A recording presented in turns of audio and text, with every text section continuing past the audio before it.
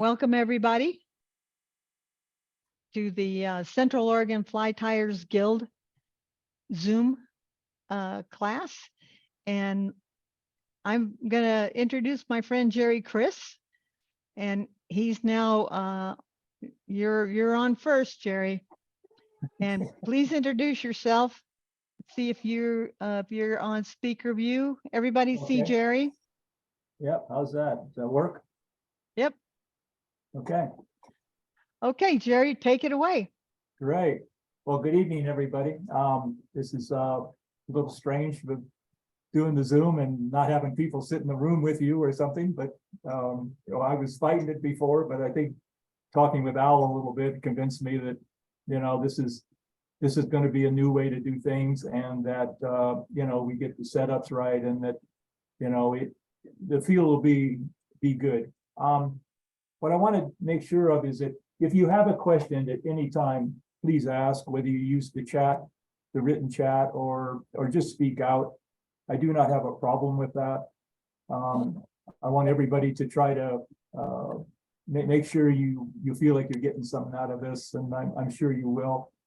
I started tying in the I don't know, mid 80s, late 80s, and was basically self-taught, and just through books and seeing videos, and going to the demonstration and the conclaves, and just watching and asking questions. And about 2004 or so, I was lucky enough, I won't go through the whole story, but basically I met up with Andy Pullions at a little tying show, and it was one of my first times I was sitting there, and he was giving me a real bad time when he came in and sat down about, you've been sitting across from me all this time. He goes, I didn't know you were that good. And I said, well, I'm not. I'm just doing this. So he says, you've seen some of my stuff. Let me see what you got. So I handed him a Royal Wolf, and he took his little razor blade and he went just like that across the top of it. And then he went on and said, he goes, you need some help here. He goes, you're doing pretty good, but you've never had a lesson, have you? And I said, no. So I joined his class, and basically for a certain amount of money for 8 weeks, 18 months later, I was still tying with him for that same amount of money. And so he called me a cleanup project. And so he straightened me out, taught me a whole lot of things. And so from there, I just progressed. And I've been through the Atlantic salmon thing. I've been through all that. I'm a fisherman. I've been fishing since I was 5, 6 years old with my grandfather. And so I've had a lot of experience fishing anyway. So fishing wasn't the issue. The issue was learning how to present the fly properly and go from there like almost everybody else. In the last probably 8 years, 10 years, I've really gotten into soft hackles and studied them and actually played with them to see what different things do. Like the size of what we're going to do tonight is the water hen boa. And I believe that in my study of them, the reason this fly came about is that as a soft hackle, say the old partridge orange, partridge yellow, for those of you who know those, I believe that when the thread in the body became shredded, that it fished better. And so I believe the reason the little bit of mole was added to the body in the water hen was to give it that effect right away. And so I've played with that. And then I also been playing with the size of the little thorax ball that came along, where people would have a nice yellow body and then some peacock, and then have the hackle. And what I found is that the size of the thorax can change what the fly actually looks like in the water. You go to a real small body, and the hackle will lay down almost all the way on the fly. So we take on a real nymph effect. When you have the thorax heavier, what happens is the hackle opens more. Let's see what I don't need, probably getting a good view of my hands here. Let me go to this one here. Um, Okay, I'm not seeing what I want to see, so let me see here. Go back to that. Go back to that. So when the hackle lays down over the fly like lays down on the body like that with the small gub thorax, that it looks more like a nymph. When you have it up a little bit like that in a ball, more bigger ball, the hackle hangs out, and I believe it looks more like legs or wings, and more like an emerger. And I've played with that in the water where I've been getting fish on emergers. So I will change and go to the nymph effect one, and I won't get as many takes. And so it's kind of one of those things I think is part of a progression in the soft hackles. And then the second fly tonight will be what I call a soft hackle dry. And that came about in a winter time. It was a winter time, a blueing olive hatch on the Fall River here in the Chutes. Up here in the Chutes area. And I was having a really, really good day. And so I had a soft hackle in my vest. And so I took it off and I said, I wonder what would happen. They were taking dries like crazy. I said, I wonder what would happen if I put floating on this thing and let's see what happens. They came after that thing like crazy. And what I found is the soft hackle dry in the way we're going to tie it tonight. And it's been around for a while, the idea of putting a small dry fly hackle in the thorax, and we'll go through that when we get to that. But the water, so I find that you can really fish these dry. You put a tail on them, and you load them up with floating. Granted, you're not going to get the perfect float for a half hour on that one dousing of floating, but you'll get something that works really, really well. And what I find is it extends the hatch a little bit, because now you're starting with say emergers that aren't quite there yet, the beginning of a hatch, then the end of the hatch where you have some that tried to emerge and they really folded up, they just died, real cripples as they call them. And so that's one of the reasons I really love them. And I fish a lot of still water now, more than I did before, and I have a lot of luck with them. I have a lot of luck with salt hackles. So, and we'll talk more about pieces of them as we go through the tie, but that's kind of where I'm at. I love tying. I've been asked many, many times, which do I love, fly tying or the fishing? And I can't live without either one of them. There is nothing better than you get up at 7 o'clock in the morning, 6:30 in the morning, tie about 4 little new flies, get out on the water, and throw it out there and have a fish bang it right away. That's kind of exciting for me. That makes my day. As far as my setup in my fly tying room, I'm really, really lucky. I'll show you this quick. And let's see on camera. So in my career, back here in the back corner, you will see those are library card cases. There's 120 drawers there. The rosewood one is my feathers and birds, and the tan one in the back is my furs. And then Sarah, you want to move a little bit? And then this blonde case right back here. I would go that way. Yeah, sorry about this. That is my book storage. It isn't labeled much. It's just, I know where they are. I know there's, drawers of things. So that's kind of there. And that is my tying table.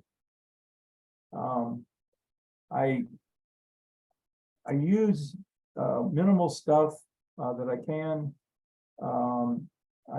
I'm not a big synthetic guy much. I like ice dubbing. There's some philosophies that I like. I like ice dubbing, but I don't want the fly to be a light bulb. I want a little hint of it. And I have dubbings that I do that too. And we later on, if we carry on after the time, I can show you how I do some of that mixing. That's another thing I believe in. I believe in mixing colors in my dubbings to get your color. I believe that if you take old flies apart, in one of my things I talk about where I'm up here in La Pine, Oregon, in Central Oregon, and I've been to a lot of estate sales, been up here, and I've been collecting flies. And when I have an old wet fly, I take it apart to see how it was tied. And I find that the dubbing will look olive, but when I peel through it and get it under good light, that it is multiple yarn. It is just multiple colors of multiple yarns or furs, and in different colors. And I believe that's how they had to do it. They didn't have fly shops back then in the early days where they can go in and have 5 colors, 6 colors of olive. They just didn't have that. Let me get back on me, I guess. Let's see. And so they didn't have that. They would go into the wife's knitting box and maybe their lady friends would get together and have a sewing circle, and these guys would hang around and take pieces of all the yarn. I don't know how they gathered it all, but I believe that's how they got their colors. And so I kind of been playing with that, and it works pretty well. You can use a color wheel. They have color wheels that you can use. I'll show you what it looks like.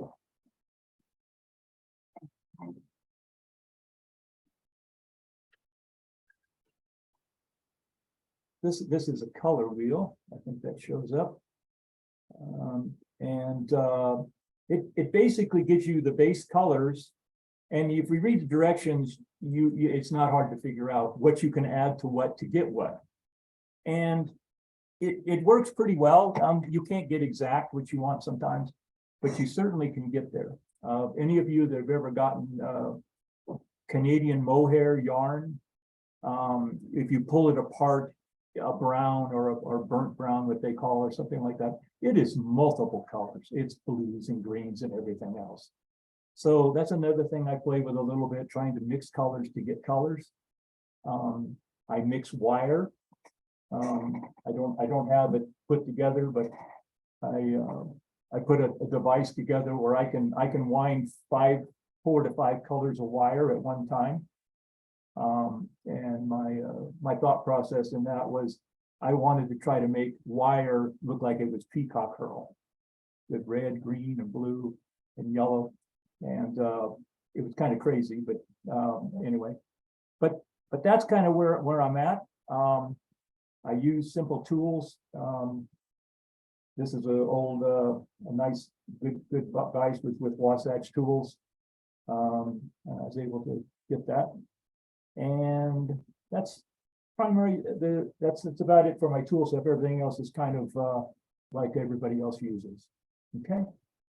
So this is the water boat tied there, and that was and we're gonna do some tricks.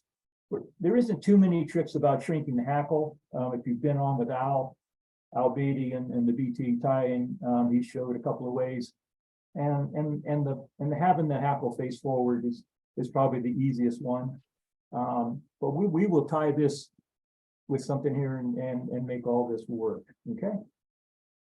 So it's going to be just a wet fly hook.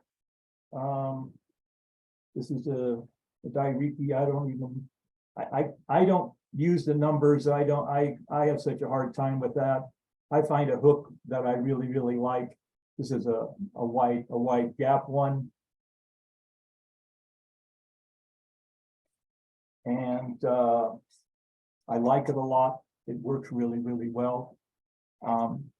So we've got I've got some of the Parasol silk, and it's on a special bobbin that Wasatch had built for these, which was really nice. We've got the hackle, and I've got some mole, and we will put that together. Now, originally, this body was built by basically laying the thread on a pant leg with Lessing Ring in Lessing Ring's book. It shows how they did that. And it is it's a little hard with you got to have Levi's on, and it's a little I think outdated now. I don't think you have to do that to make it work. I think you can tie a W loop and you can get the same effect.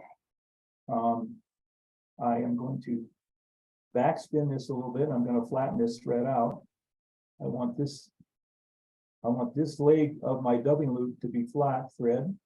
I will talk about that.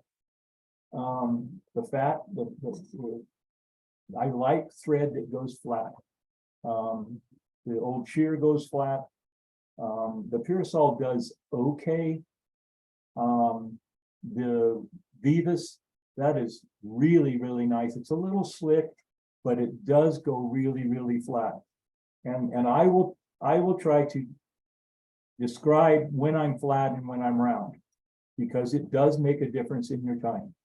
It does make a difference. And the reason I'm doing this is because I'm going to touch dub this. I'm going to put a little wax on. And when I wax, I'm going to take this edge, one of the edge, and you can see I'm not out very much. And all I'm going to do is I'm going to rub the edge.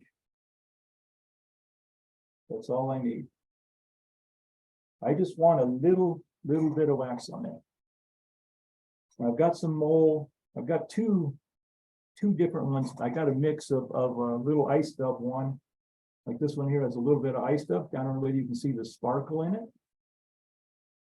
And I want you to notice that the corner of the bag is cut. I don't come out of the opening of my bags. I cut the end because I can take such a small amount out of that opening that it makes a really, really nice bunch. So I got this as a little bag of just some plain that I keep around. I'm going to take just a little bit of this.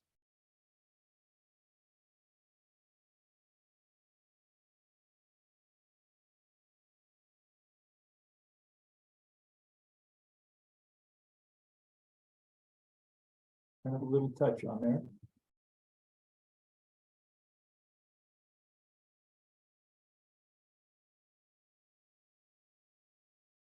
And I am dubbing it just a little bit. I'm trying to make it stay in position. And I just keep working it out of the bag. I'm going to switch the camera here to this view to see if this is the one that'll work.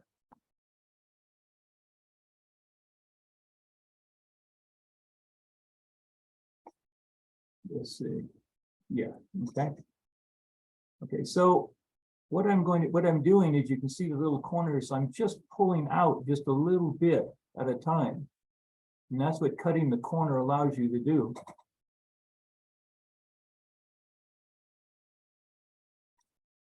I don't think we could see that, Jer. Okay, all right. Well, anyway, Put it in the front of the idea is fly. that the bag corner There right it here is. is Yeah, that cut. looks great. Yeah, and so, in fact, when you want to have more, all you got to do is snap the bag like that against your finger, and you can see it starts to come out.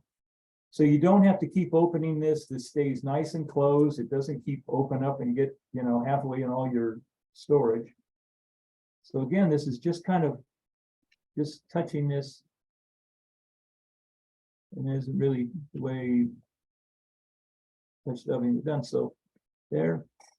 Now my dubbing tool.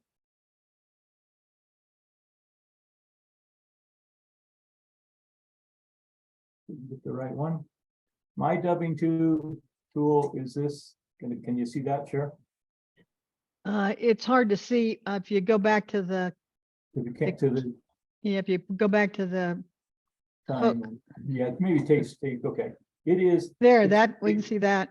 Okay, so this is like Al has one like this, I think, but it's got a little shorter handle.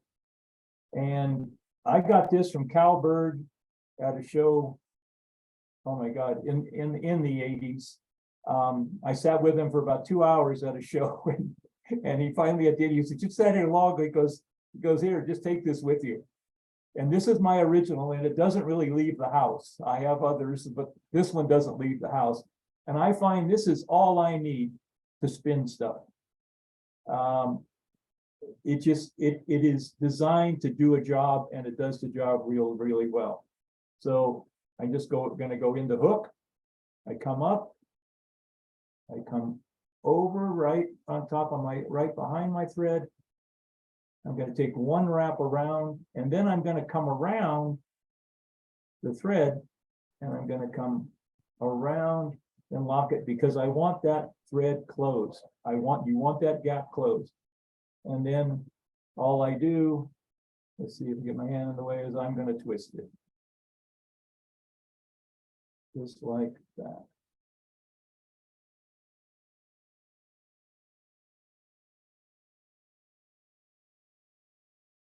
I'm going to take my thread forward.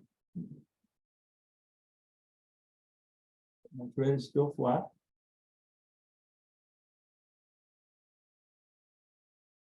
Now I usually tie with a magnifying glass. And I've had to change the chair so I can see what I'm doing here. So we're going to do that, and I don't have a bobbin cradle for this. And so I just use my own method here. I'm going to wind this forward.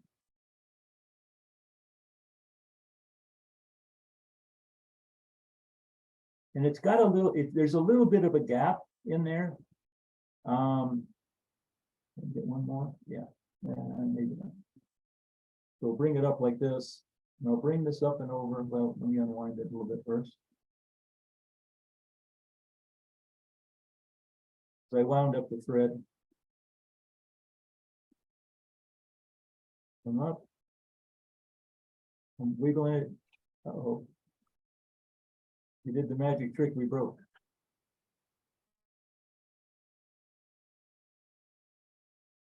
Cross over once, pull around, cross over again, and pull on it, see whether it pulls out. If it pulls out, do it again.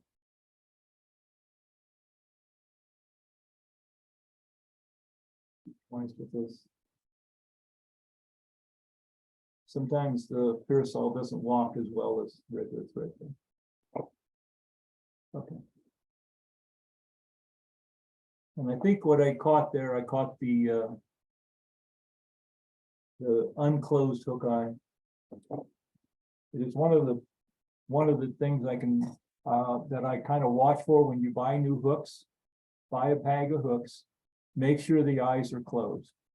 There's a lot. That was one of Dairiki's worst products at the end of their career, I would say, is that their eyes weren't closed, and so you'd be tying, you could break off. Not only that, it was getting so bad that it would actually cut tippet. And so the only way that I found to stop it was to take 7X tippet and put a couple of half hitches in before you even start tying the fly, and slide it up into that hole, and maybe put a little head cement there, and that would keep the eye from cutting you too bad. Okay, so that's there. We'll dig up the hackle here.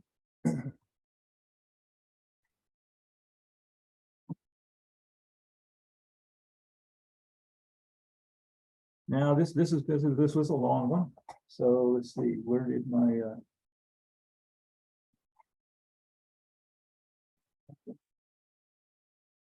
okay.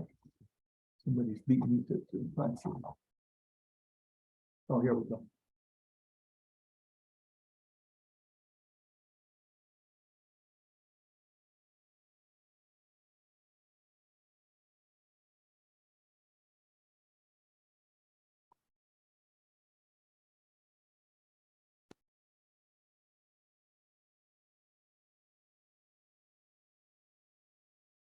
I'm going to take my tweezers. I'm going to come in here, and I'm going to grab the tip.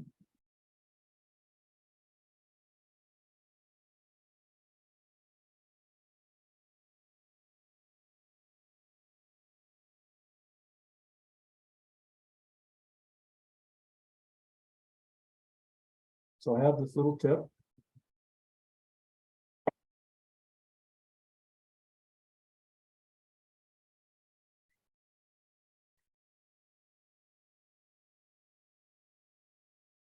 I'm going to take, well, I'm going to show this so we get this part done. Okay, this is my my lacquer bottle. Okay, and it's actually a varnish. It's a varnish that they use to seal oil paintings. I picked this bottle up. This is the bottle there, and I picked it up years ago, and it makes a perfect head cement. And what this is this is a shish kebab stick. And it's shaved down with a razor blade to give me that fine point. And what I find is the wood seems to hold better than the metal. And so what I'm going to do, and I keep everything in a small can. Like so. I keep my head cement in there. If I don't, disaster is sure to follow me. And the reason I'm going to show you that is I am going to take a little bit of head cement and I am just going to touch that little bitty thing I just set up. And I'm going to lay it under the hook.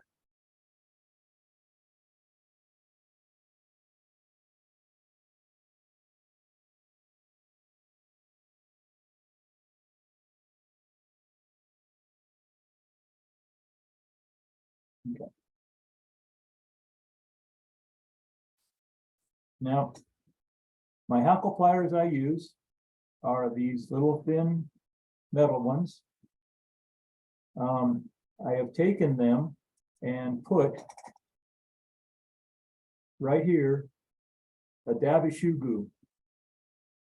And basically, I do it that way, and then I let them sit and let it only on one side. Only on one side. And what that does, it gives me a cushion for that to squeeze against. And it works really, really well. And the reason I use these are the lightest ones that I have.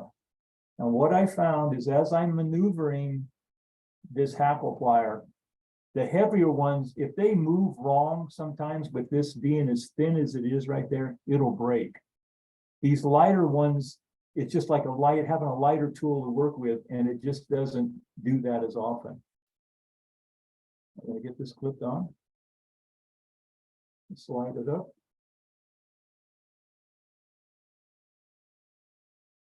I'm going to pinch.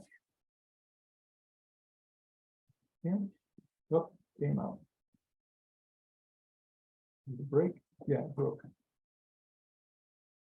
Okay. So we'll clip it again. And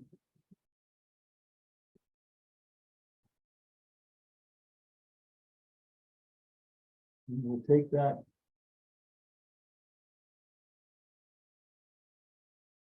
Put a little piece out.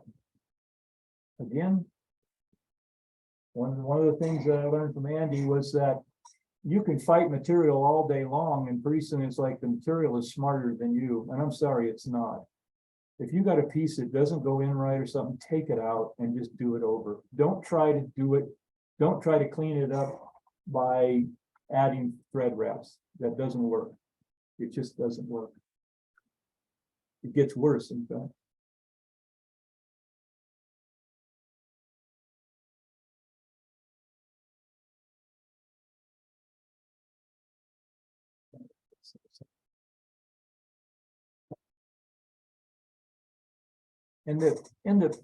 In hack, I know partridge for some people just have a hard time with it.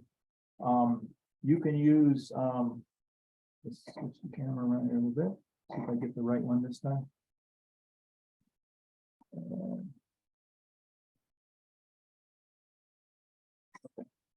So these kind of capes work really, really well. Yes, they're big, but with the shrinking method that we'll do here in a bit, it doesn't matter. You can use stuff this long. It doesn't matter. You can shrink it, and it works really, really well. Here is just examples of different things that work, and they're all big, but they work. You just have to work with them and learn to play with it. Okay. Let's see if that'll go in.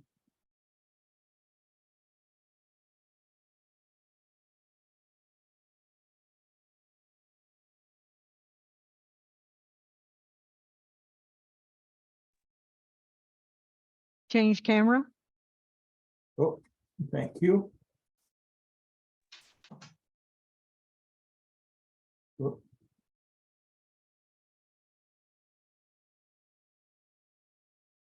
All right.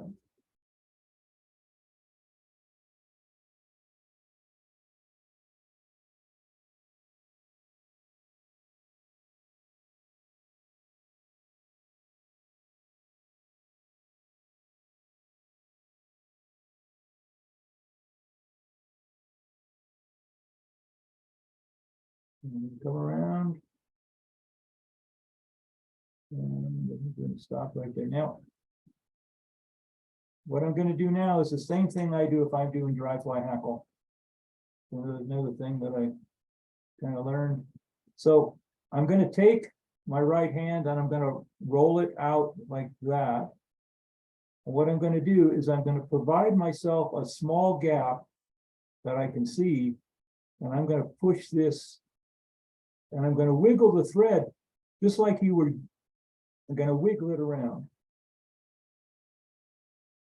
Get it on this side, get me a grip, and then I'm going to pull back slightly. I want you to see what that hackle did. See how it just lays right there? I can go all the way down and I'm not capturing one thing. And what happens there is,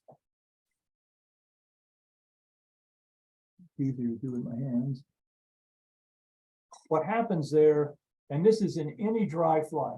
This is why when you prepare a dry fly hackle, you put that little step in the one side of the hackle is longer than the other side.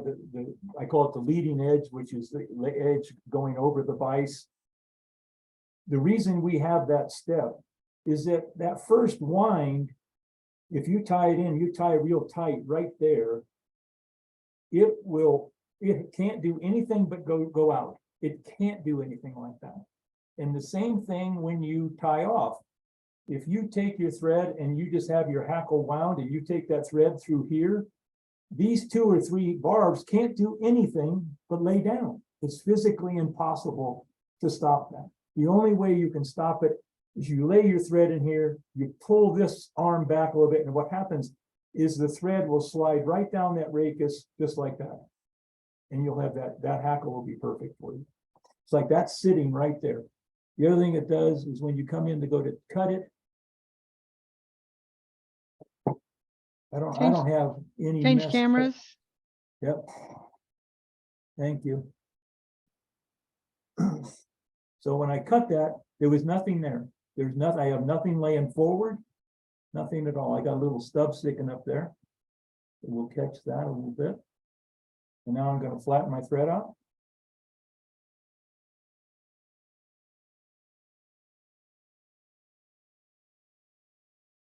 Now, because I did some contest tying in for the magazine, the UK magazine, Fly Fishing and Fly Tying, I learned a few things that knock off points instantly. And having any kind of glue or anything on any barb on this side of the head are instant points off. Okay, so you can either lacquer. You can either lacquer it now is a little trick, but I like to do it. Let's see. I have the threads flat. Come up, lay my thread in there, pull it once, twice, and now what I'm going to do is I'm just going to pinch this. I got my hands pinched down on the bottom on the dubbing tool, and I'm going to take a little varnish and I'm going to go right down the thread, and I'm going to lay that right in there.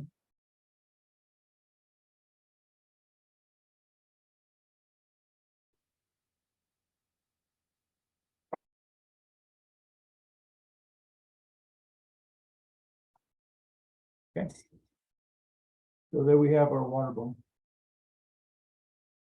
Okay, any questions? I don't see anything in the chat. Let me Okay. see if there is nope, no questions in the chat. Okay, well, let's take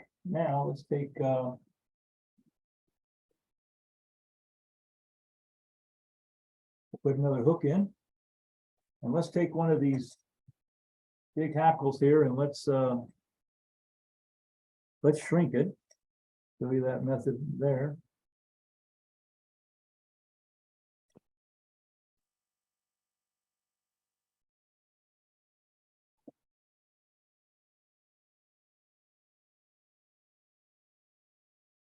That one's too fine, that's really coming apart.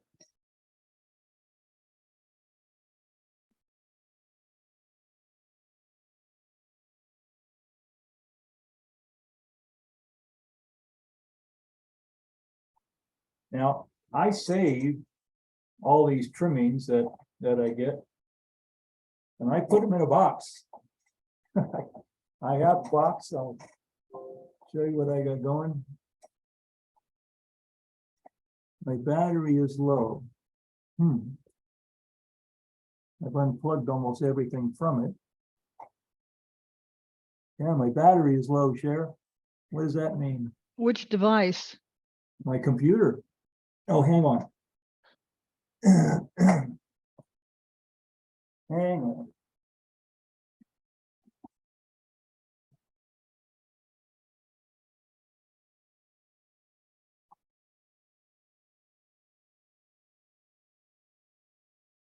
Um, hmm.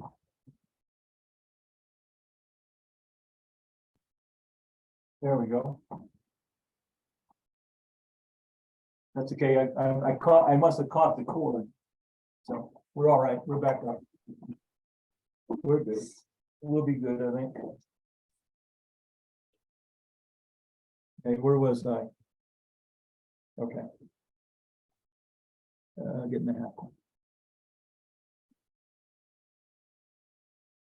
So we use the same the parasol. In fact, what I'll do is I'll go to the Cahill.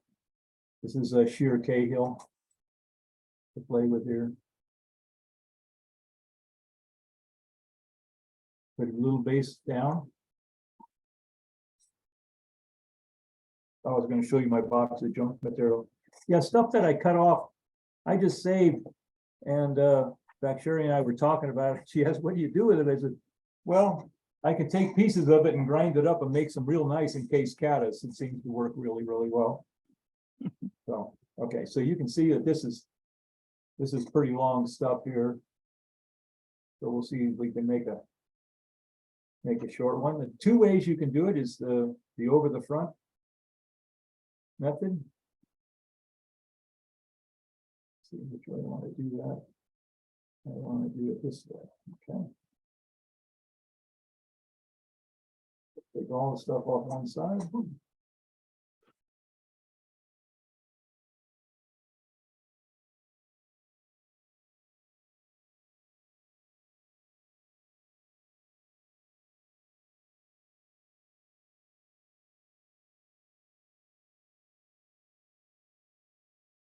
A little more room here.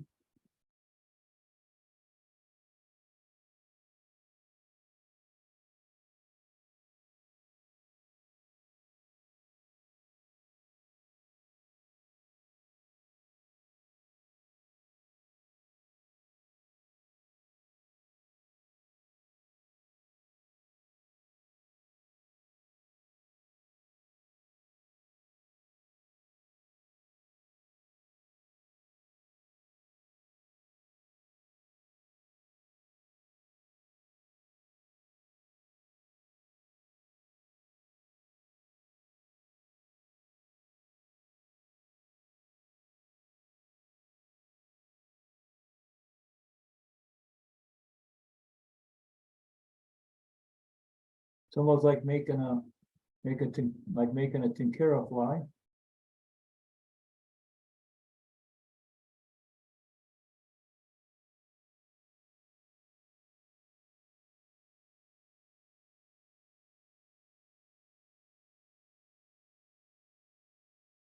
Now I'm going to do the same thing. I'm going to pull this thing back a little bit. Like get what I want hanging out over there. Pull it back.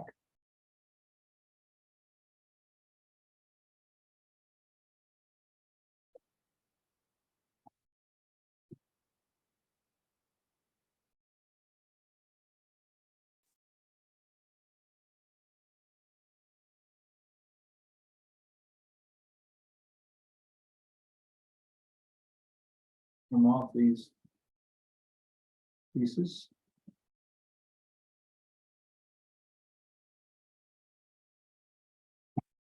Okay.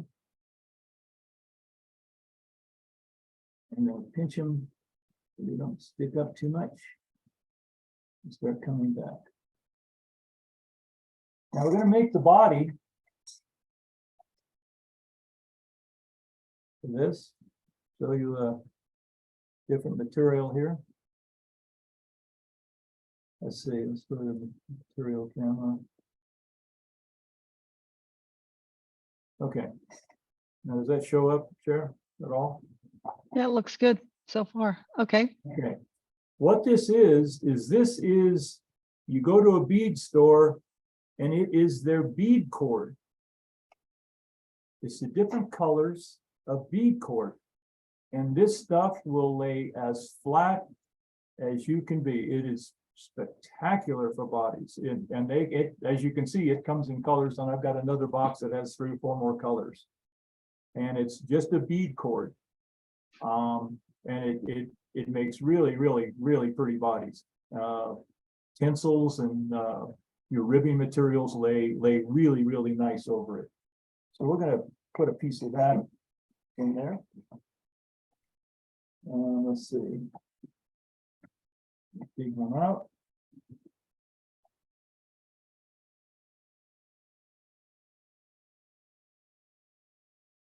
So it's just on a spool, and it is really, really nice material. And it does split pretty nice. And we cut off a piece there. I don't have a spool. I don't have a bobbin for that yet. One was going to be made, but Wasatch kind of went out sideways. So, all right. I don't usually lick materials much. You'll see that I don't. I had a bad experience with Australian possum, so I don't lick materials anymore. Jerry, is that view? Did I move the cam? Did I move the fly out of the view? No, I can see it. It's good. Okay.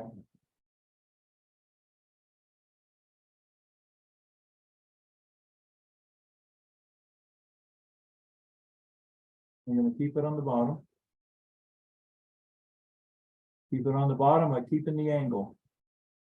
You can't tie any other place except on the bottom.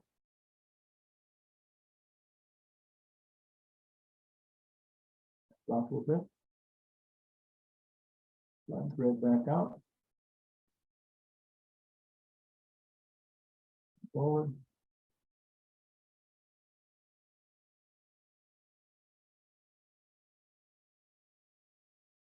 So I'm going to pull it to get it flat. I'm going to take the first wrap is actually going to be off the thread wraps. And then as I come around, I'm 90 degrees to the hook shank. And as I come around, I wiggle it and pull it and start my angle forward. And what that does is it takes the fibers and gets rid of what I call the envelope at the end. You won't have the envelope in the end. And the same thing is with tinsel. You pull the tinsel when you come around the corner to straighten up and go down the hook shank, it'll stretch enough to where you won't get the envelope or the buckle. Okay, so there's the body. Now, for thoraxes,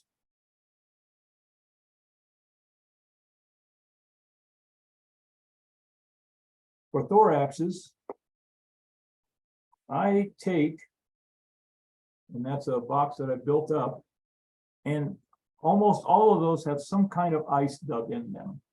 And just a little tad is all it takes. I mean, each one of these that have, like this one's, that may have 2 little dabs, or maybe a little dab, maybe the size of just a oh, what would I call, maybe a pencil round. That's all it takes to do that much sparkle. Okay. And I like a contrasting color. Now, either a contrasting color or, now that is a little bright. That's showing up, sure. Yeah, there's some sparkle there. Okay, yeah. So that's what I mean by just a little bit. You don't need a giant amount. And I'm gonna put this one in because I know this one works. Some of these I know work real well. So I'm gonna use this one right here.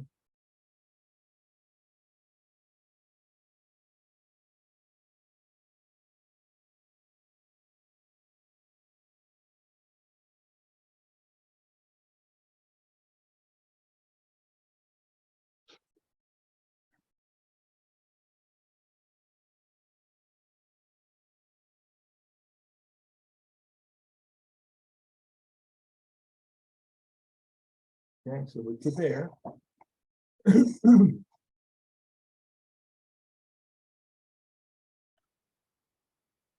Get a drink of water here.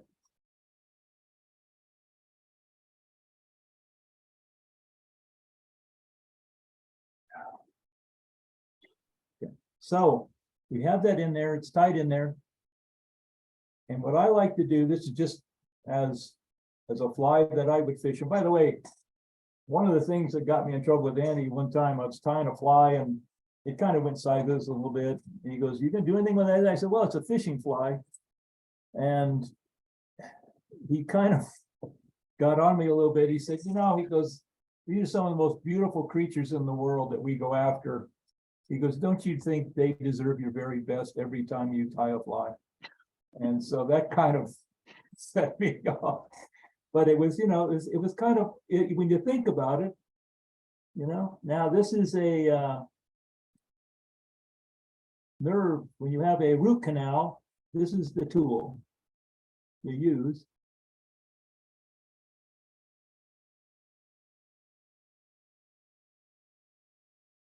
And it is spectacular for doing this stuff.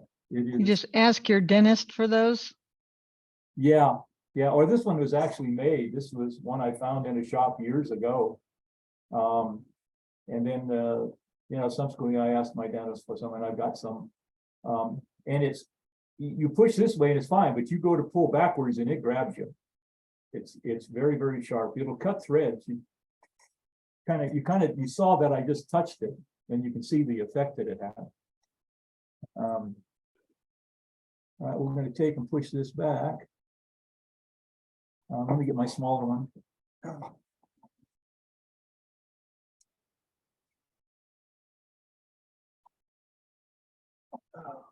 Anybody that has an old bobbin around, especially anyone that doesn't have a ceramic in it, there it is here, and here it is with a handle. It is my half hitch tool, and it fits right over the hook. So I just put it there and pull back. I'm working the hackle a little bit to make sure I don't have anything too lumpy in there that's gonna stall me. Tying it in. The reason I turned it upside down is to keep from hooking my finger. My vise is built where I can do that. And now I can come in and lay some thread wraps up against that. And we can take our thumbnail, as a lot of us do, and roll it a little bit. And what I like to do, shake it and there. I try not to lay it down too much. There, that I don't put it in there so tight that you get this. Okay, and in fact, when I was talking earlier about the thorax holding the hackle up, I'll pull back of this hackle and you'll see a bubble effect. See that bubble effect? Now that bubble effect will expand something like that probably in the water.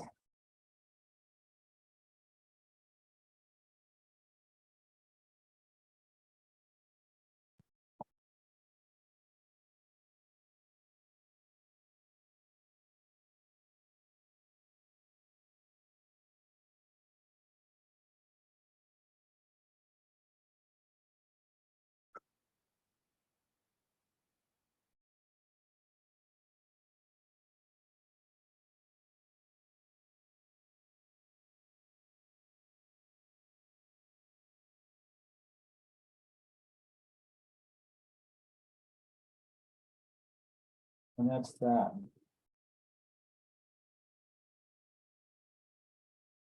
And that would be that would be a pretty good fishing bug. That would be a pretty big fishing bug. And I do fish like they do in the UK with 2 or 3. I like a heavier fly on the what they call the point, which is the lowest fly in the water. I like I'm not a big fan of beads.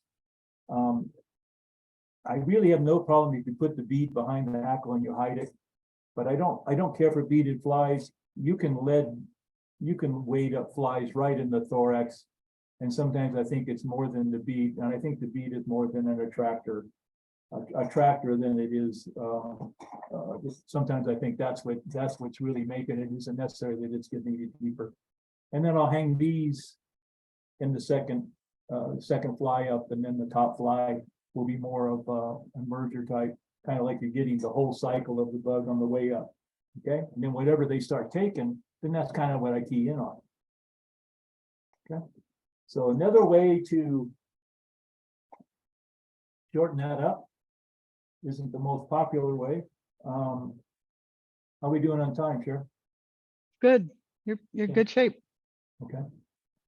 Anybody will, I don't know how long I'm gonna go here, but might have to take a break myself here in a bit, but we'll be all right. So gonna tie this one in, same thing, tie it in.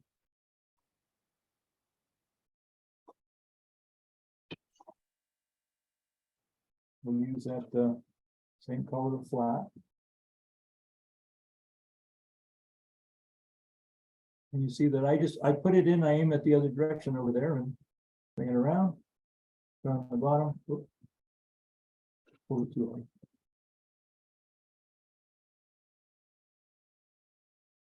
So any bead store carries that stuff? Yeah, it's I don't have a name on it, and I wish I could, but the bead store that had it is no longer around. They went under in Bend. They basically, their product was great. It's just that Bend kept raising their rates so high that they basically couldn't pay the rent. It wasn't that their product wasn't good or they weren't selling. They were huge. They did really nice business, but their business wasn't heavy enough to keep up with the damn rent. Excuse me. Okay. So now we're going to come again. Pull in a little bit.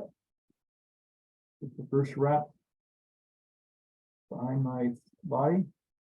Al Beatty said that that bead thread is available at a second. I lost my chat. Yeah, and you can see the flat. You can see it. You can see the flat right down here. You can see how flat it lays. It's beautiful stuff.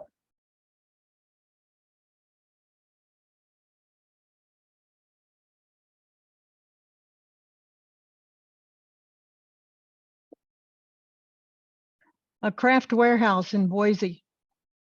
Oh, okay. Okay. And Yeah. Now I'll tell you what we're going to do with this one. Give my little spiel on peacock herl. Kathy Hamilton has a question. She Yeah. said, is that NYMO or something different? I Nymo? don't, none of it has a label on it, so I can't tell you. None of it Okay. have labels. Okay, thank you. Yeah, Kathy.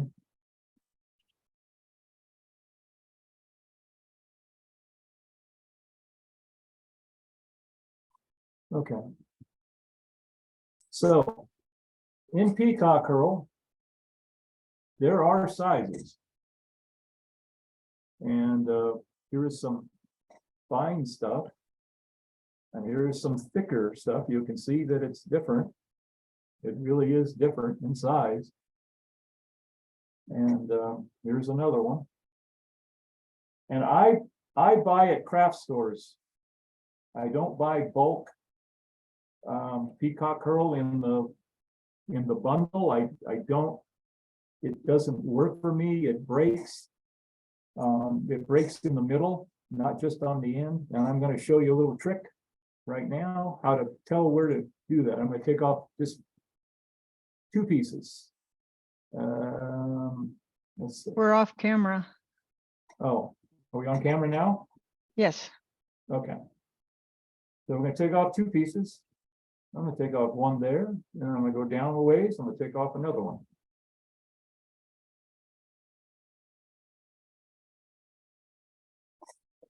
All right. What I found works for me. They change Here. cameras? Oh, we do this. We're good? Back on camera still? Yeah, well, we can't see it very good. You have to put it in front of the device and change cameras. Okay, all right. So hopefully that will work. That would work. Okay. So, Now we can see it. all right. Now, see, now I can see myself before I couldn't. Okay, so I'm holding it by the tips, and this is the 2 ends I cut off. If I measure that up there like that, and it's about 3/4 of an inch to a 1/2 inch is where it breaks. But if I take my thumbnail and I squeeze it against my finger and I slide 1, that's pretty good. That shouldn't break on me. Okay. I'm not going to tie both those in, but that's, if I was going to use 2 pieces at a time, that's what I did. That's what I would use. So we're going to use a little peacock herl for this thorax.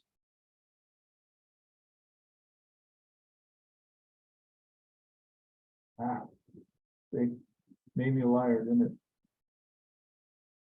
Anyway, that it usually comes out pretty darn well that way. You're a good 75% ain't going to break on you.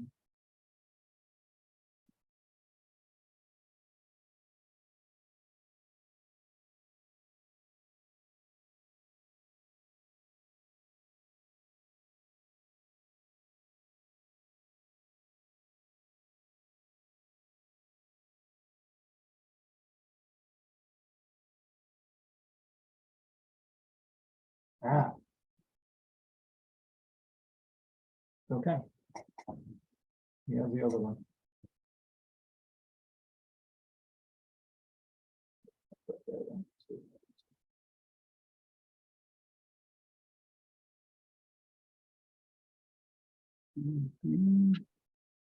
Oh.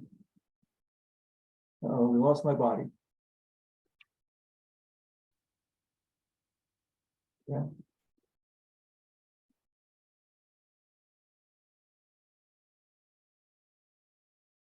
So I get to practice what I preach. And we Falls get to apart.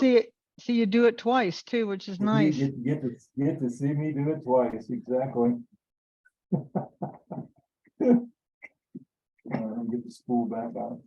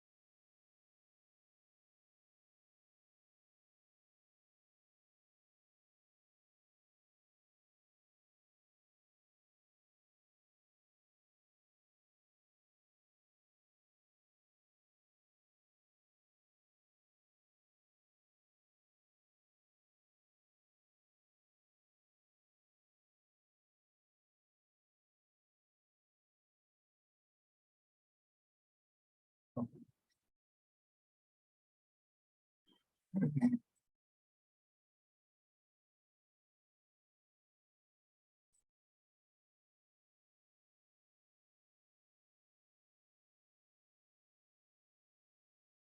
gonna tie this one in by the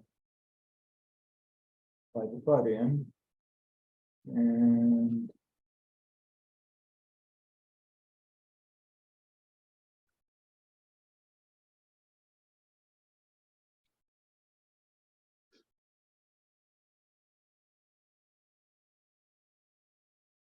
a lot forward.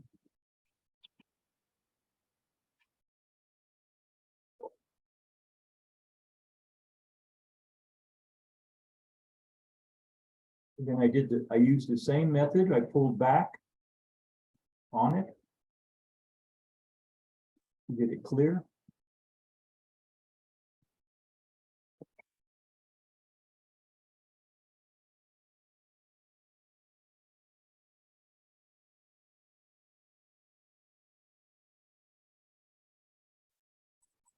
And you'll see that that's pretty clear up in the front there. Okay. Move it back up.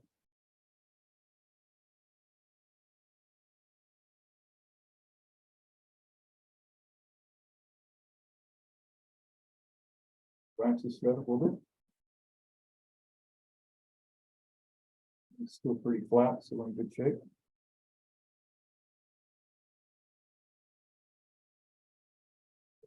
Cool though. Magic twister though. Okay.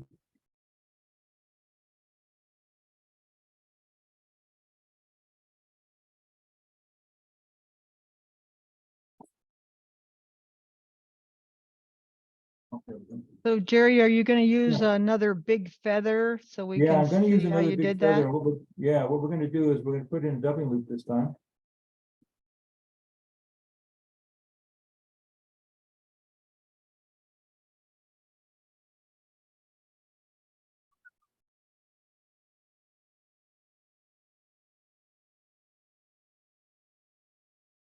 Let's see.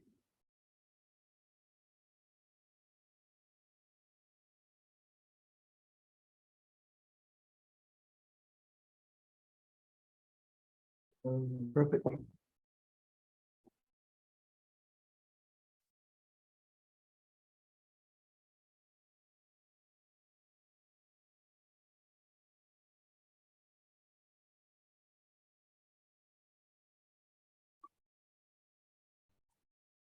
I'm gonna use this clip here.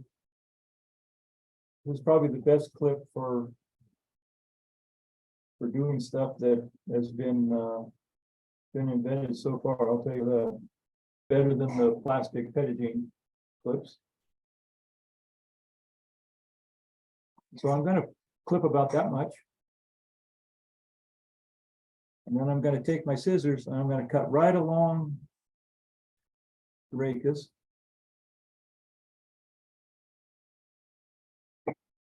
So I have that.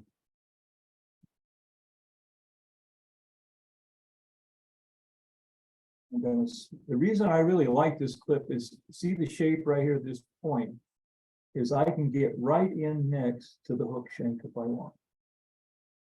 And I'm going to slide that in. I'm going to get my gap that I want.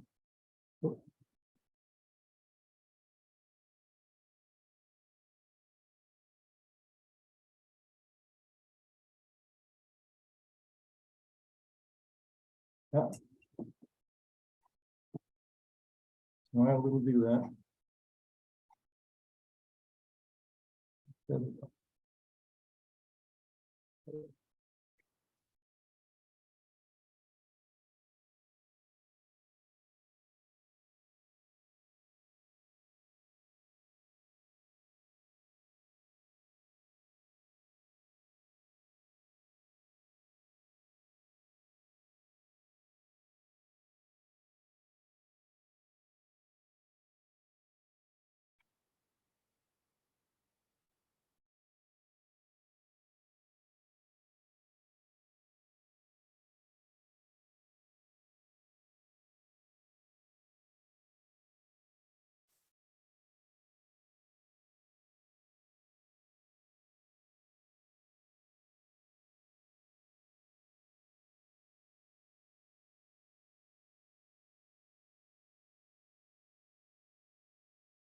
Now, I'm gonna slide it down in what I call knuckle. I'm gonna rest my hand on the vise. And I'm gonna pull the whole mess down. Now what I'm gonna do is I'm gonna reach in here. And I can maneuver this thread enough where I can make a cut here. Closer to the thread. I do a lot of hair hacking. In fact, when I first started tying, I almost hate to admit this, but I couldn't dub. I couldn't dub. And I did everything in the dubbing loop. And so I learned a lot about dubbing loops. How to deal with them and everything else. Okay, so I'm spinning up pretty good. So I'm going to put it back down in the elbow of the thing. Let's see. This is what I call the elbow, is right here. Now you'll see that they're all spread out. So I'm going to dampen my fingers a little bit, and just a little bit. And then I'm going to pull them.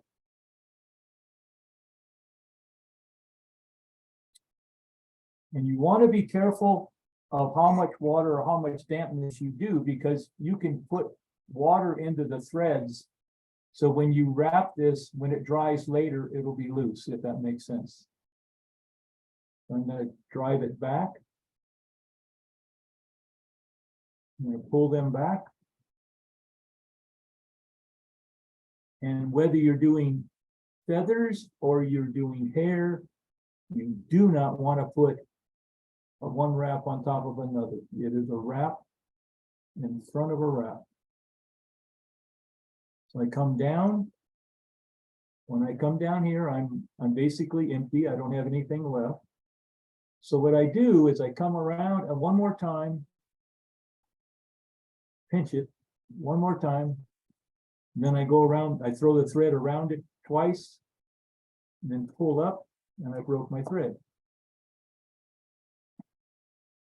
Now, you're okay because you have the thread from the loop.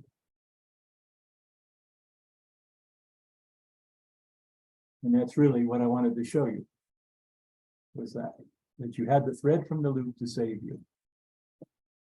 Okay. 1, 2, 3. That's exactly what I wanted to see. That is great. And really what you get is you get a little more even than you do when you fold them forward and do like the Tikara fly. Like I said, in fact, I have a fly that when I first showed it to Andy, he said, I've never seen anybody do that. And it's basically called the possum hair nymph. And I was hackling with hair. I don't think there's a fur or hair I haven't tried. Deer hair and those are really difficult. But you can do them. Arctic fox tail, not body, but Arctic fox tail will make the strongest steelhead fly you've ever tied in your life. You cannot tear it apart if you hair hackle it. You can't. It just doesn't come apart. And the other thing that hair hackling does, or even feather hackling, is this bubble is even more pronounced. Now you'll see, where's my box? Right here, this might see, you won't see really any really butt ends. That's peacock curl. And because what happens, let me get in the other camera so we can. Okay, so as you build up hair, so you start up compass like this way we're going over the body.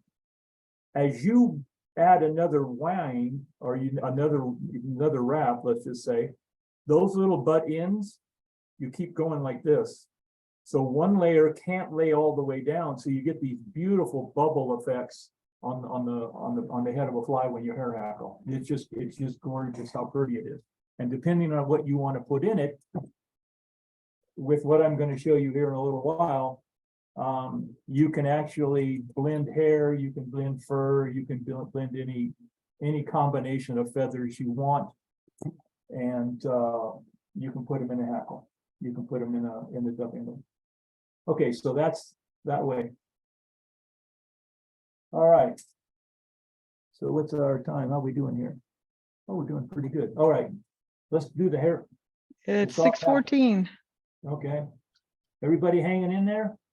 Well, you started out with 29, went to 30, and you're back at 28. You're going strong. That's great. Okay. All right, so now we're gonna do the hair hackle dry. All right, let me get these. Let me go back to the vice camera. Yeah, we're gonna get there. I'm gonna get these materials laid out here on the table. And then I'll go back to that. Okay, so here we have a yellow thread, we have some dubbing. We have a tailing material or that. We have our dry fly hackle. And we have some another little bag of that we're going to use the blooming olive. Okay. Ooh. So we got dry fly in the hook, dry fly hook. Again, standard hook. Now I use a lot of old mustad hooks, and they have a long, sharp point. What I find if you doing nymphing with them or stuff, that little point will break off, hitting the rocks and going as deep as you have to go sometimes. Okay, so soft tackle dry. We are going to switch threads, and we're going to go to a gray or a dun thread. This is sheer again. I use sheer a lot. I like this gray or this rusty dun they call it. What I find in most flies is it'll take on the color of your materials. So I'm going to back about the third. Switch scissors. A little clip here. Get some beautiful conquered along. I think it still makes some of the most beautiful tails there are. I'm going to take, I'm not going to do 3 or 4. I'm going to put, I don't know what this is like, 4 or 5, maybe 6. We'll see what it is. Pinch them. Pretty much together. It's like 4. So I'm going to go to the body. Guide it with my fingers. Plant it there. Hit them with my thread just a little bit. Take a wrap. Hold them up in the air.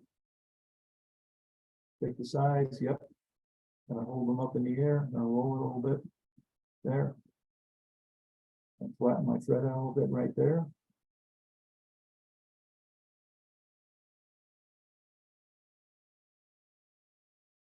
About middle of the barb. I don't want them to get down on the bend of the hook, so they're doing that. What I find if it does that, what happens in the water is the hook is in the water, and what it does is it tips the fly like that, puts the butt up in the air, and I don't want that. Now, for splitting, I am going to twist this thread up into a cord. And I'm going to take it under.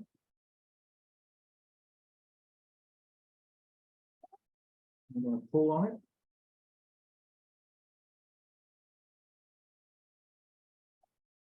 And I'm going to pull them out a little bit as I pull.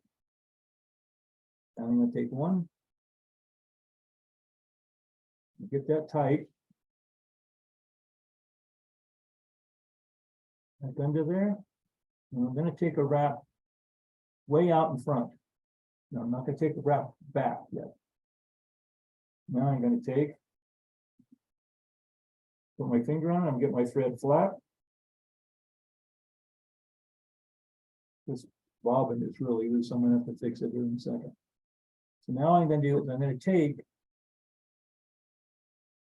that wrap and I'm going to put it right behind my first one. So what I've done is, what I find is the cord will lay here like this, and the cord is twisted up. So the feather pieces are on, the feather barbs are on top of that. So as I pull this thread back, that they open up. if I take my next thread wrap, put it out here, that holds them in position. Then I flatten the thread out and I push right. So this is my cord. I'm going to put a thread wrap right back here, and it kicks them up just a little bit. Okay. So that's in. So now you can either, I'm going to take and adjust my bobbin now. I'm going to tighten it up because this is a really old one, evidently, and it's really loose.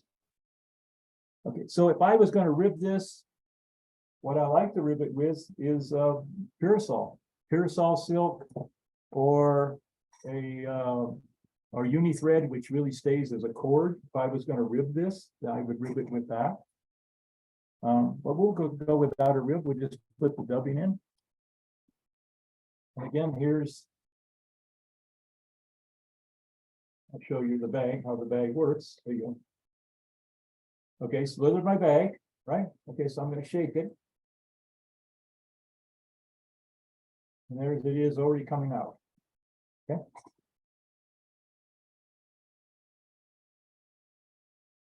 In fact, when Andy saw me dub, he said, "Well, I need you to dub." That's why I did a dubbing loop. I was so fast at it. He was looking, he didn't even kind of notice. All of a sudden he goes, "You just did that with a dubbing loop." I said, "Well, yeah, I can't dub." What do you mean you can't dub? So the next hour was dubbing.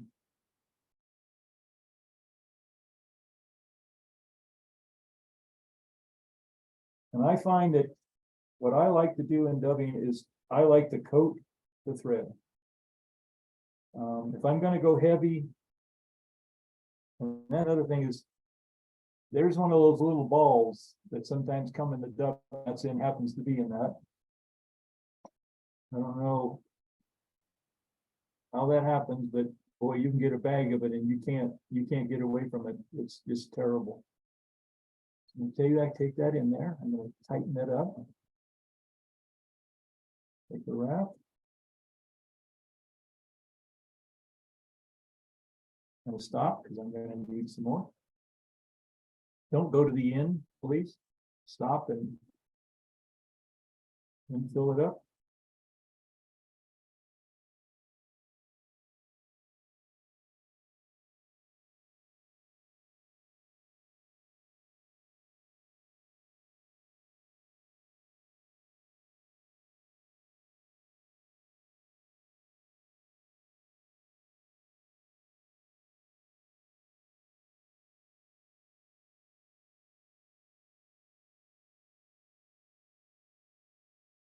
Okay, we'll get those leg pieces out of there, the tail pieces out of there. Straighten that up.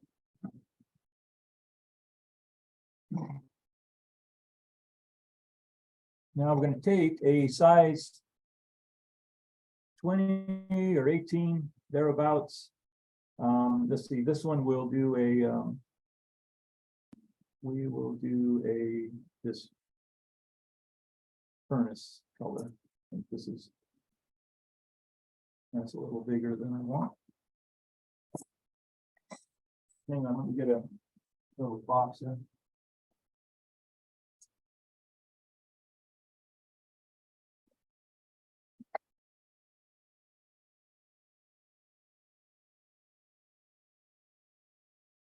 Yeah, there's one.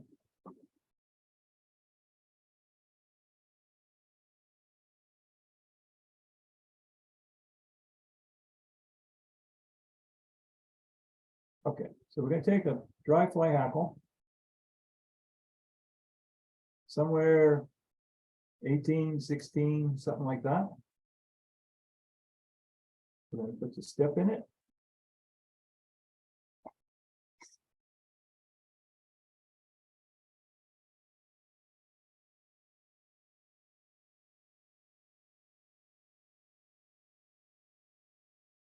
And how this came about is like I said, I was fishing soft tackle. And what I found is that it get a little more riffle of current, and the current would pull it under and sink it sometimes. And you're having to clean it up or give it some kind of floating every now and then. So we're going to lay this right in here. The first wrap goes in clean, and then the second one, you go out just a little bit further. And what you want you to do is I want you to be able to make a gap. And you're gonna put one more wrap. And then we're gonna bring this up. Comes our little trick. So we're gonna start pulling back a little bit, lay the thread in there. I'm gonna drop it so I have control of it, and then I'm gonna add some pressure, and then I'm gonna pull back on that dry fly hackle. And you'll see that it just sits out there. Very, very pretty. And now I can wind all day long in that gap, and I won't lay anything down. Okay. Snip that out, and we're still pretty clean. And so what I did is I came home and I said, now how can I make it flow? And I said, well, I put a big hackle, and then I put a littler hackle, and I put a littler hackle. And then I came up with this method right here. So now we're going to take, let's see, that was a big teal feather. It's not the one I wanted. So we're going to take this partridge. And it was partridge or a gray hackle that I was using at the time. I had this, well, let's see, is this the damn thing? This might be a piece of, this was a piece of it, I think. Anyway, it was kind of caught between a hen and a soft, one of those Indian capes things. And it was done or gray color, but the end of the tips were like clear glass. They almost were like crystal. In fact, I've got it put away. I don't use it much except for my own stuff. And so we're going to use the tip again, tip of the, and these are the tweezers I use with that round end on it. It gives me a nice flat thing to use. Another thing I don't do is when I'm using dry fly hackle, I do not ever put a hackle plier on any closer to the tip than that. Because I like using tips for wings, and there's nothing makes me sadder than having to take a nice little beautiful dry fly hackle like that and cut it. So I use the hackle, but I don't put the plier any further than that. And that way, when I get to the end, I can clip off whatever little piece sitting right down in here, and then I put these in a box. And I have a box of grizzly and all kinds of them. So when I want a wing, a feather tip wing, I have one. So again, we're going to clip this right there. I'm going to just put a drop. And I do the same drop thing if I have hair wings. I cut the hair right to exact where it's going to go on the hook. I cut it exact, so I'm not trying to cut off those butt ends. And I'll add just a little bit of head cement to that, and that just works really, really well. I'm going to put that tip in there.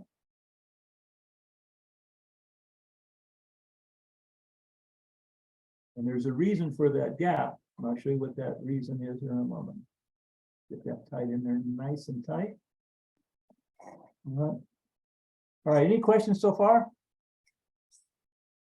Okay. Now that's about the biggest dry fly hackle I would use on this. And where I distinguish or make the difference between, I use, that's probably a good 16 or yeah, good 16 dry fly hackle. I like 18s and 22s for my still water because I don't have the currents and stuff moving around to take me under as easy. I have waves sometimes, but it doesn't. So this one here, I would probably use in a river or a creek with a little running creek more than I would one with a size 22 or 18. Okay. So now we're going to take that hackle plier, put it on there. We're going to squeeze this a little bit. When I take this down, I'm going to take this backwards. And what I'm going to do is I'm going to come up right inside that gap that I provided for myself. And so I'm going to jiggle this just like I would. That broke. Well, I'd rather have it break than pull out. So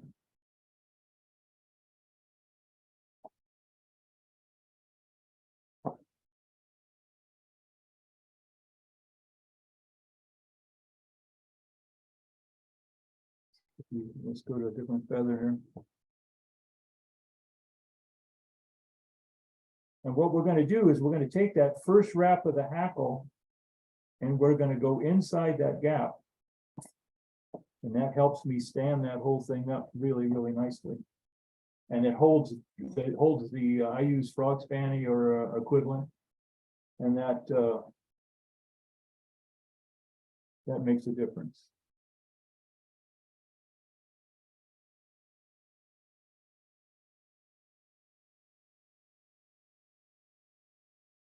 I haven't found a wet floating that works very well for that. For that, you know, they work okay on hair and other false, you know, EP fibers and stuff like that. But I don't like it on the soft tackle stuff. The wet stuff seems to gum up and make a mess.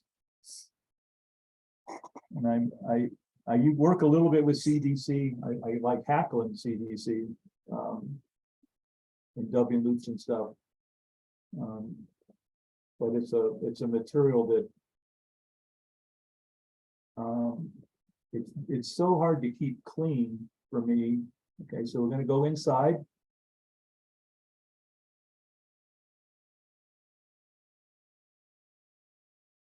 So now when we come out, we're going to jiggle just a little, just like you were palmering or taking a rib through a palmered hackle or something. That's the kind of the process here. I'm kind of jiggling a little bit, not a lot. When you come out,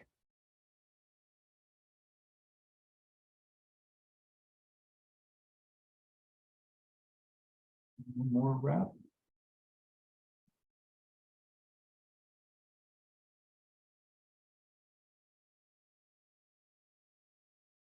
I think we're going to take that whole wrap, so we're going to start pulling it back there, jiggling this thread down in there. Make sure all the fibers are out and loose.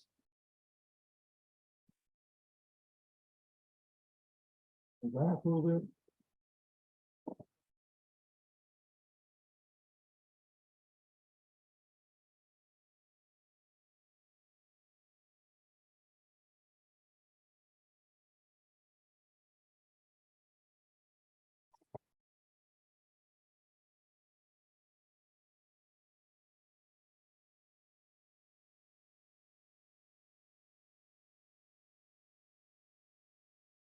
Pinch this and spin my thread. Keep it flat.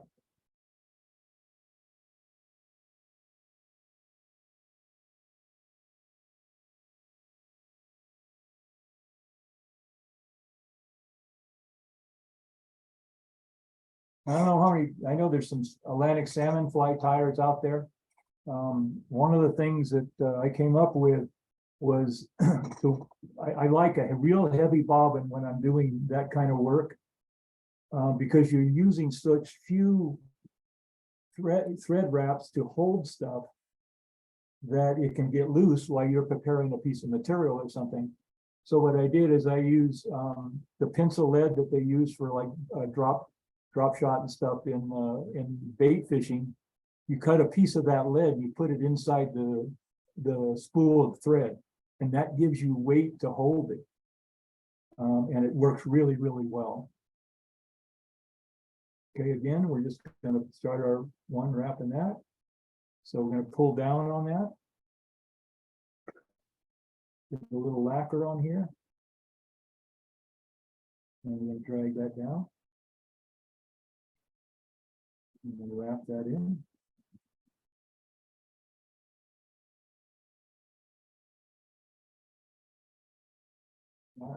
Don't do it. I got one little barb that wants to go inside that thread.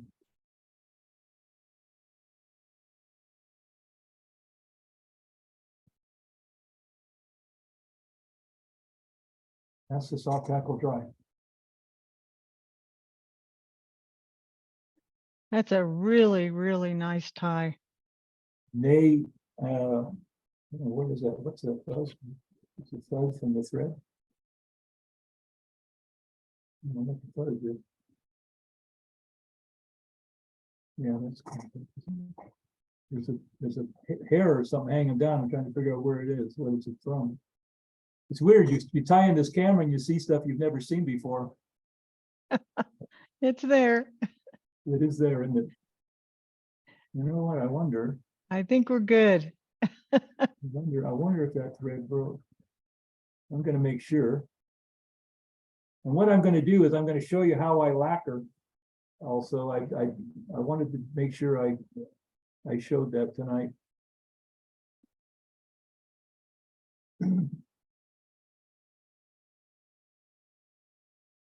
One of the reasons I went to this shish kebab stick thing, show you.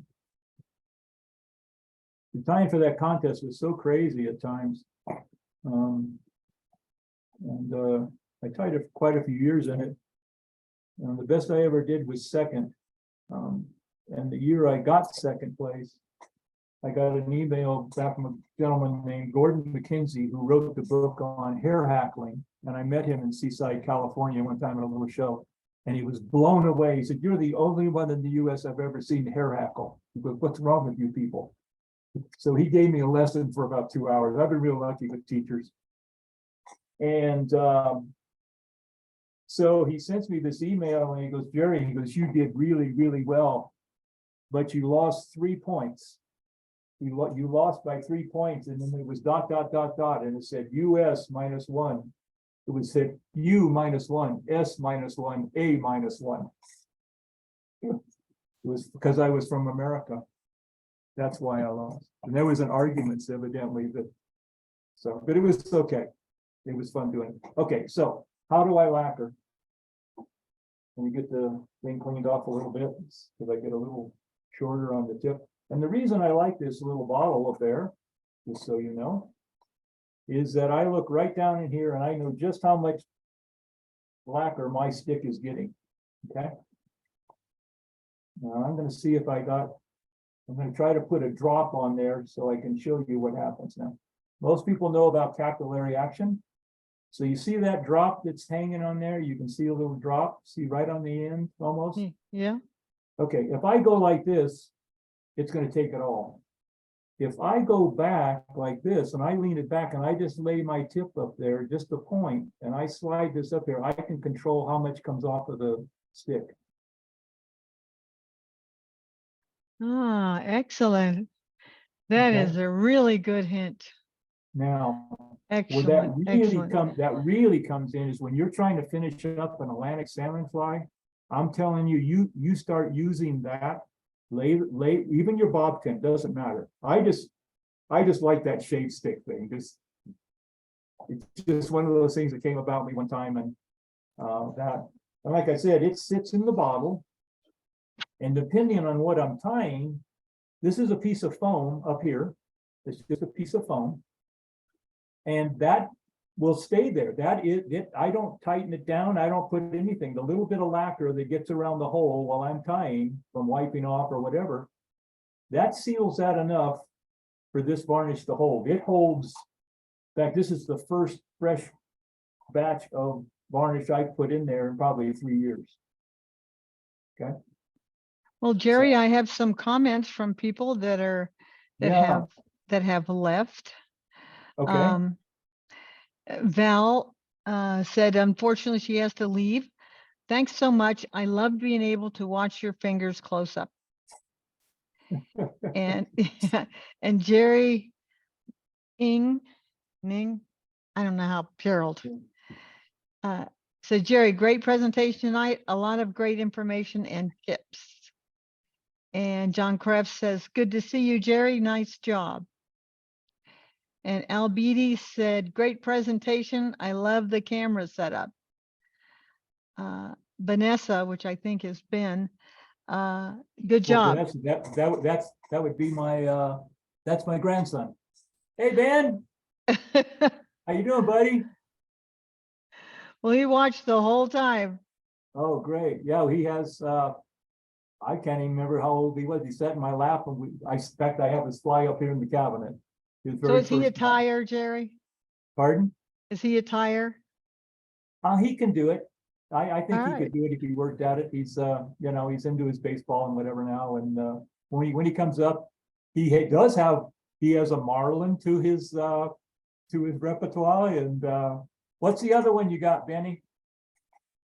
He's muted. So if you Unmute mute- yourself. You know how to do that? Get the microphone. What's your other fish? The rainbow runner. Yeah, Rainbow Runner. Yeah. Yeah, and he has a shark that they at least got to the boat, but never did much with it. Let it go. Well, Ben, welcome to the guild meeting and come back anytime you want. Okay. Yeah, you're welcome. Okay, any more questions? I don't have anything else in the chat. Okay. Well, it You was- want to change your camera back to you? Sure. Yeah, it was great. I had a great time. It's still, I like to see people's faces because sometimes I can tell whether they got what I did. And when I can see that they didn't get it sometimes, and then so I'll repeat it or show them again. Well, you're going to be tying at the expo, right? Have you decided Oh, what yeah. you're going to tie? Yeah, well, we're gonna work with the tool, and I think I'll just show them the tool that's loaded. How's that, Cher? Will that work? Let's see, I think we're, Are we out of time? we're down to 18 people. Okay, well, let's put it this way. Let's just do this.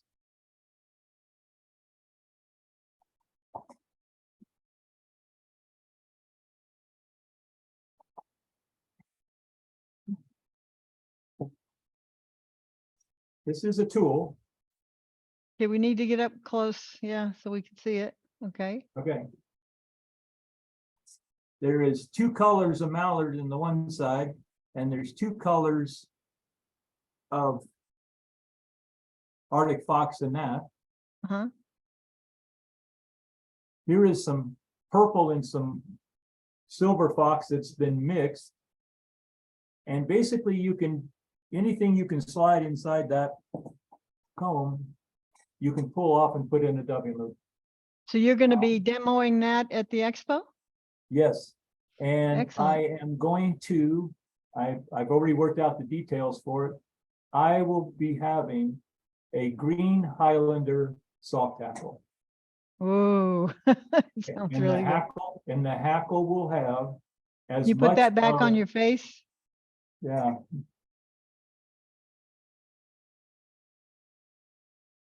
Look, I like your camera setup. That's working out good. yeah, if I can get it back to myself. There you are. I'm gonna try to make a green Highlander soft tackle with all the feathers in the wing will be the feathers that they use to make the marred wing, the married wing. I don't know whether I have a couple of the feathers, but I might. I'm Oh, pretty that sure. sounds like fun. Yeah, Well, I want to thank you so much for a Yeah, great thank presentation you. tonight, thank you. It was a and let blast. let everybody know that next Thursday is Dutch Bachman, and he's been our guest instructor before, and the information is already on our website. So go there and take a look at the handout that he's already made for you, and we'll Yeah. see you next Thursday. And Al, you and I will have to get together and figure out something. Okay. All right. Thank you, everybody. It Good was night, great. everybody, and thank you so much for being here. Great Appreciate Great it. session. Thank you. You're welcome. Yeah, Kathleen liked it a lot too. Thank you so much.